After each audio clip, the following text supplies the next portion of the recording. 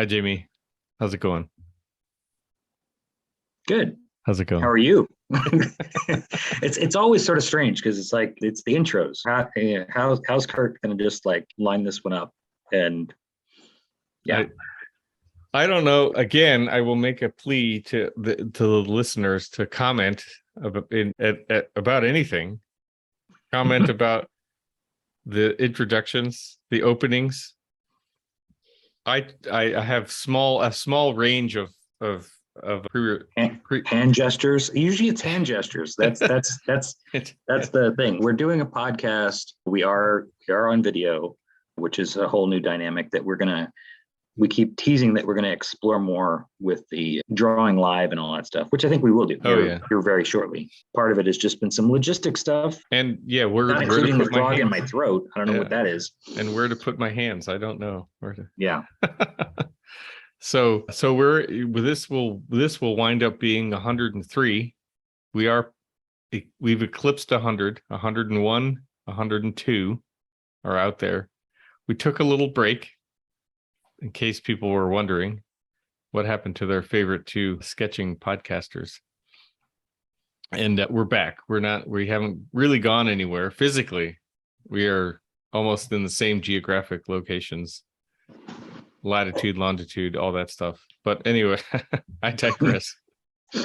I have spent, which we will talk about in the future episode or two, that I will be in a new location soon. It's still probably would ping on your iPhone in the same general neighborhood. As But Flint. we bought another house in the same beautiful neighborhood in Flint. But we did a little trade up to a cool house, which I'll have to get some pictures and sketches, which we'll talk about. But it is, and I'm hoping, I've been scouring the archives for, been told to me that it's a Sears catalog house. So I'm trying to find the Sears catalog listing for it. Well, I have a resource that I will give you offline, but I think it's a good segue to the sketch that we're going to talk about today too. About sort of doing some homework and stuff like that sometimes I do, sometimes I don't do.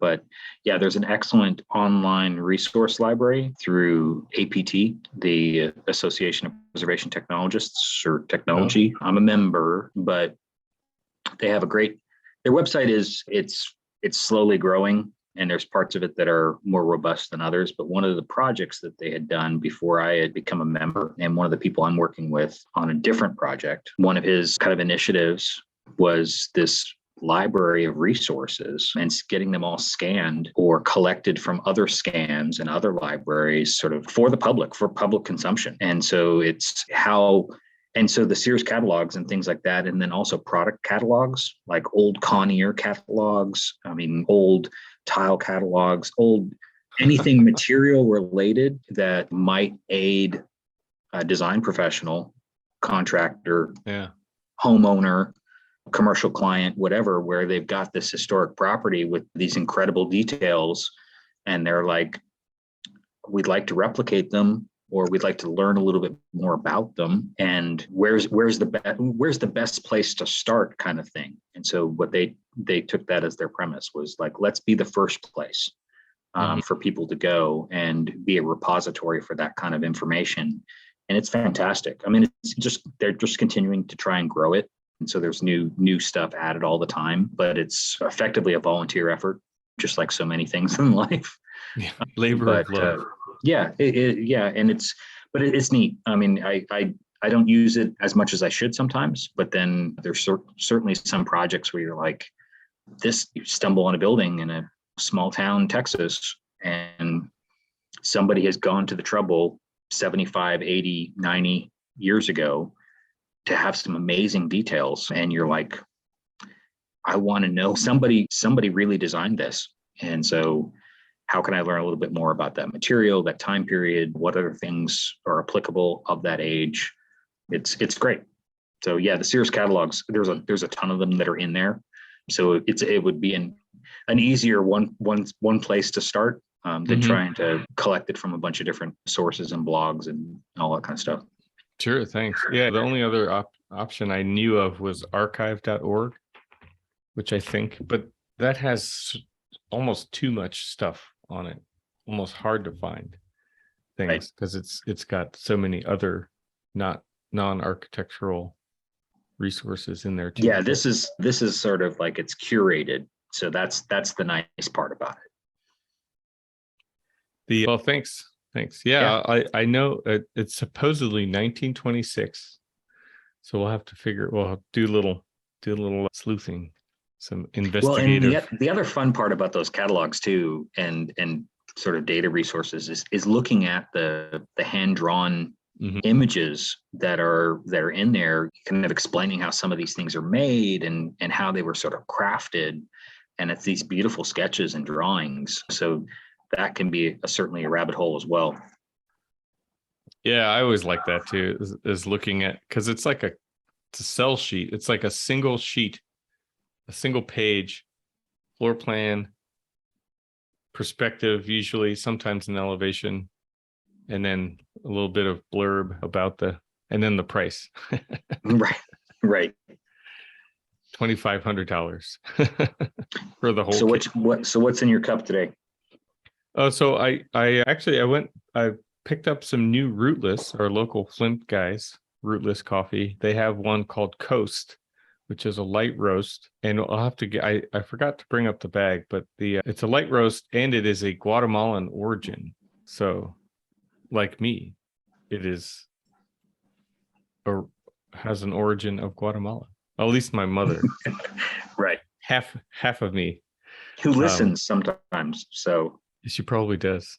She finds us. Yeah. Hello, ma, or hola, ma, hola, mama, in Espanol. Yes. You know, Well, it's a bilingual. It's almost like you're checking with me about how you talk to your mom. I'm like, I say hi, ma. That's what I say. Hi, ma. Yeah, that's what I figured. Yeah. So what's cool though is I'll have to grab the bag on the next one, but the origin is Huehuetenango. So Guatemala has a lot of cool indigenous names of cities, which are just fun to say. Like, so it's Huehuetenango. Have you ever been? Mm-hmm. Okay. Yeah, we were the last time though. I believe I was taken there by my parents three times. And the oldest I was like 7, I think 7 or 8, somewhere around there. And so I do remember. I don't remember any of the other trips. That was the only one I remember because I was right. Yeah, so you have bits and pieces. So yeah, it was. I want to go back, but there's some sort of political, I don't know what to call it, dysfunction or challenges, and so I don't know. I would like to go back. I don't know. We'll see. My mom's been back, but she's fluent in Spanish and looks a little more local than I do even. So, although I could probably pass. But anyway, long story short. So what about you? What do you got brewed today? I've got I'm not sure if I like it. This was one of those sort of random pickups. It's an Austin. It says it's Austin based, but I haven't done my homework to find out how Austin based it is. It's called Chameleon, and it has their dark roast, and it's nice. It doesn't have sort of that bitter aftertaste that sometimes you get with a dark roast, but I think it's actually like one of those, when you have one of those ghost kitchen kind of situations where somebody's brewing it or somebody's making it and then has multiple brands that they're selling it to. That's my suspicion, but Relabeling the sort of just relabeling. Yeah, right. It's there's a business model. There's a business model for that sort of stuff, but that's cool. I did actually push a little promotion for our little city friends out there. So we're friends of a lot of Entree Architect people, Mark LePage, Jeff Eccles, and Jeff was doing his regular Entree Architect sort of daily live stream. And the Mark's Entree Architect program is coming to Austin in November, which I was hoping to go, but we're not going to go now. Oh, But okay. I think I told you. Anyway, I hope I did. Now, sorry, we're not going to come. We're not going to visit, Jamie. Maybe another time. Boo. But Jeff is a big coffee drinker, and so he was looking for recommendations for local Austin coffee. So I threw out the Little City. Yeah. And Oh, yeah. particularly the Grackle Yes. is a fave of the podcast. So yeah. Well, Good deal. I'll have to get you in touch with Jeff, and maybe you can take him to some good barbecue and good coffee. and some coffee. No. Yeah. Yeah. Actually, our friend Wyatt has now moved back to Austin. Yeah, that's right. And so he and I will be having some coffee here soon. So Excellent.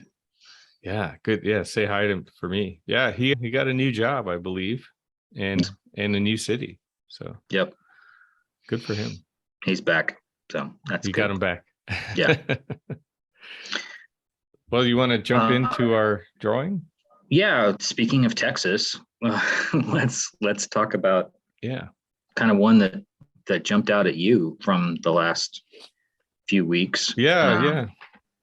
And yeah, so this one, I'll just sort of dive into it, just at least from the preface of it. Well, I'll first at least say I'm always a sucker for like the abstract sketches. Right. And so, yes, I was like, well, we have to talk about this one. Yeah, so. You're like, this one really jumped out. Yeah, I love that. But yes, you also said that you are a big fan of the existing building on the left. Yeah. For those that are watching along, as opposed to the abstract drawing to the right. So well, and it's all one sketch, and some of it for me is process thinking. You were asking sort of like how do I get to that multiplicity of forms and lines and spaces, and we've talked about it almost like an automatic drawing before, and different things like that. But a lot of it for me is I imagine it in my description of it as sort of a left brain, right brain, like where you're almost analyzing something and then at the same time switching gears and trying to free up that analytical mind into thinking about the problem differently, and just sort of letting that kind of creativity flow. So there's an element to that, just process wise, I think. But yeah, the building on the left is a building in Goliad, Texas. It's a National Register property, National Register of Historic Places built. It's over 100 years old, 2 stories, and then it has a basement as well, which is sort of a little bit rare in Texas, of course. The bank building is now, and it was built as a bank, so has sort of Corinthian columns, real kind of stately front, real kind of classic details of that period. But the city has brought me down to look at the building because they own it now, and it's empty. It's been empty for at least 20 years. Wow. And they only just acquired it. So it's like those moments where you go back into the building and it's sort of going back in time, or it's probably more like 30 years, 40 years worth of stuff back in there. But there's no accessible route into the building. You can see sort of the steps on the front there going up to kind of the raised first level. And then there's a second story and a roof. And so some of the early questions that they had were, how do we repurpose this building? Like, what are some of the considerations? It's historic. It really only has the main facade. It's on a corner, so there is a building next to it on the left. It's actually where the bank moved into another building. But then it does have a back facade that carries a lot of the details around the corner, but is effectively off the courthouse square. And so that's where we did a little bit of exploring and thinking about it. And that's what you're seeing in the sketches on the bottom, is me sort of exploring this idea of a modern addition on the backside, like a saddlebag to the building. creating more of an accessible entry, a place to put services, bathroom, elevator, and kind of what those proportions might be, what those materials might be, and then letting those ideas about solving that problem sort of spill over into what does the inside of this building start to do, because a lot of there is a fair amount of detail that's still present, but then a lot of it has been changed over those 100 years. None of the original woodwork is really some of it's upstairs is there, but a lot of the architectural details that you would expect of a building of this period isn't. So it's a bit of a shell. So there is some opportunities to explore other possibilities for it while revealing the history at the same time. And they're not in a big hurry, which is, I mean, of course they want to get moving on the project, but they're not, it's not a commercial client. This is one where they've effectively been gifted the building so that they can, yeah, and there's the building in real life. And I'm actually giving a tour, Jamie, on the megaphone. Bullhorn. Yeah. But yeah, no, so it's a really interesting project. And you can see, it's like, what's funny is, yeah, you can see that the building that the bank moved into, clearly, I wouldn't call that the upgrade personally, but right. Anyways, yeah, this is the type of work that I particularly enjoy in the work that I'm doing right now. But this is a fun one. It's and a lot of it again is thinking through things in a sketch. So that's a lot of the line work and spaces on the. I'm thinking about it almost like programming spaces, and then some of those programming spaces become almost architectural elements as you're kind of working through. And so plan almost becomes section. And there's a couple of vaults in the building, those are always fun to play with, because like from a construction point, those aren't going anywhere. There's at that point, there's no use in imagining those things gone in the plan. So we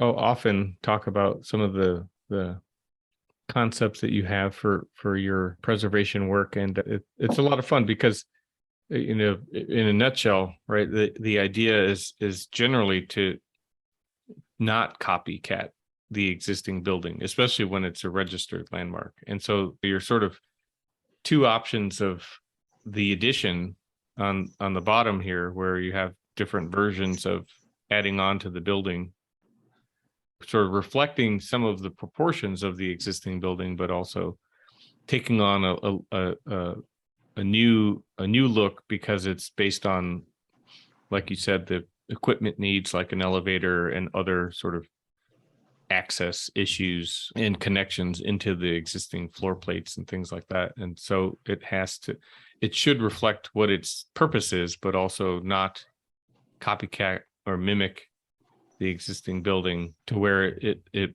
you can't tell if it was an addition or not. And so that's fun. And I like the idea also too, with we have a lot of buildings like this in Michigan, in Flint and Detroit, where the shell, they build these things pretty relatively robustly, but the interiors either have been sort of modified over time. The 70s had a weird opinion about yeah.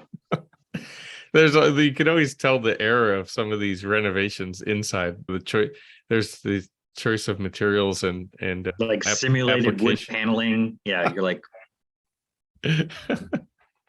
and somewhat of a disregard of any kind of proportion. But you're like, why is masonite so popular in 1971 or whatever? But then having your what we kind of call the abstract sketch, or the sort of the free thinking drawing to the right side here. But interesting, you had a shell and could propose sort of a repurpose inside of a shell, right? So you have the envelope and then the interior, and like sort of freeing the existing structure from what used to be the physical layout, right? Floor to floor layout, but could be totally something different. reimagining, especially if the program changes, right? Your bank client moves next door. Who knows who could occupy? And this is actually something we should probably touch on in the near future. We have a building, the old Masonic temple here in Flint, which my client on another project, I'm working on other things for this client, not this building. Hopefully, I would love to get involved on the old Masonic temple, but it has the purposes of the Masons, right? So I had these gathering rooms and meeting rooms, so these large auditorium spaces. But could that building be, and it's much bigger, also registered. They recently redid the windows, which was nice. Anyway, so I kind of digress, but like I could totally see something fun and different going on inside that speaks to a new program that is not the old bank. So, well, and that's the thing. I think that's the thing that's sort of the unfortunate misnomer of preservation work, and I think it's brought about by people who are, I think, probably characterized more as staunch preservationists, someone who's or they call them trads or traditionalists or whatever. And yeah, there's that. If it's like a spectrum, they're definitely at a very far end of it. But I think that the reality of these buildings is, yes, you don't want people doing bad things to their buildings, not just because of the things that they're destroying in terms of history or a built history, I should say. But oftentimes they're doing things to their buildings because they're going to create more maintenance problems over time. They're doing things that are just, you wouldn't let people do if you're thinking of it as an investment, spending good money for bad things. I mean, it's like, why would you encourage that? But I think the flip side is sort of what you're talking about, is the reality of a lot of these buildings is they are underutilized, but they in a lot of cases are built relatively well, and with a little bit better maintenance and a little bit more thought put into how they could be used today in new uses, in creative ways, then now you're talking about climate action. That's the thing that I think, that's the intersection that I really want to see more of, is preservation and sustainability goals are not mutually exclusive. And anybody who takes that position, I think, is really missing the point. The recycling of these buildings is not about taking them down and recycling the site. It's about putting our design hats on and being creative. This is the challenge that I want to see architectural education take on, is anywhere in the country, and with buildings that are stories that aren't being told. Like, why is that? Think about all the churches that get raised because tax rates change, communities move, communities get whatever, but that building's still there. That building still has a story. Why let's not raise that building. Let's creatively, adaptively reuse the building as an example. Yeah. And because there's preservation in that. Of course, there is a certain level of building that you're like, no, we have to preserve this because of its built history and because of the stories associated with it or the events that occurred there. Or that's different.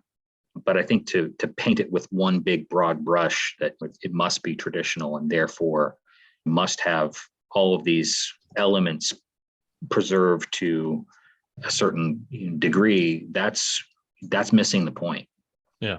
Like what you were just saying in appreciating that drawing at the bottom and sort of thinking about it, I guess, in terms of your students, is like, yeah, that addition on the back is almost subservient to the main building. It's set back, it's dropped lower, it picks up the proportions so that it's nodding towards that history, but it's distinct. And that's intentional. Is it too distinct? Is it too different? That's an argument. That's a debate to be had. I'm not saying that these are the solutions. These aren't the final solutions to begin with. It's a process. Yeah. but you have to kind of get the ideas down on the page. And that's why I sketch.